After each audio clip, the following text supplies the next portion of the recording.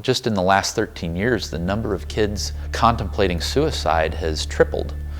And I would say that in my experience in the 21 years of ministry, I would agree that, that is the case. The greatest struggles and problems that kids are facing today, I think, are truly related to relational poverty. With all the destruction and dysfunction that kids are growing up in, a lot of kids are growing up in a home situation that is not the way God intended it to be.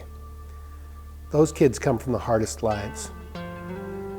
These kids, many of them are abandoned by one or both parents. The thing that seems to be different for today's young people is they have access to fewer and fewer supports to help them manage and maneuver all of those challenges that life throws at them. Kids are growing up in a hopeless state, essentially.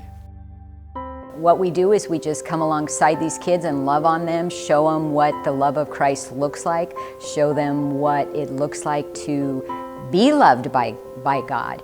So that's the whole purpose, is to let them see in the flesh that Jesus is real, and hopefully through our volunteers they get a little glimpse of who God really is.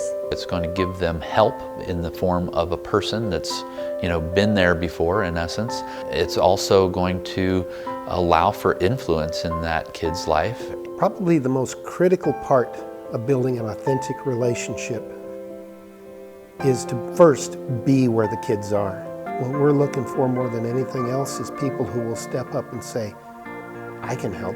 To see what happens to these kids long term, that's when you really see what that investment has done. So I'm really excited to see what God's going to do in these lives of these kids. I'm always excited to see what God's going to do. And as long as we're afraid, we stay in the place we are and nothing happens.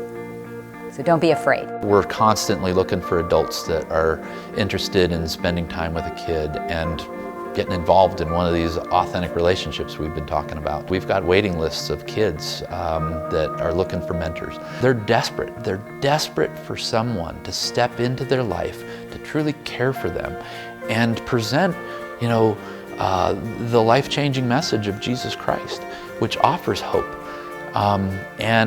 So in that, the church has an open door.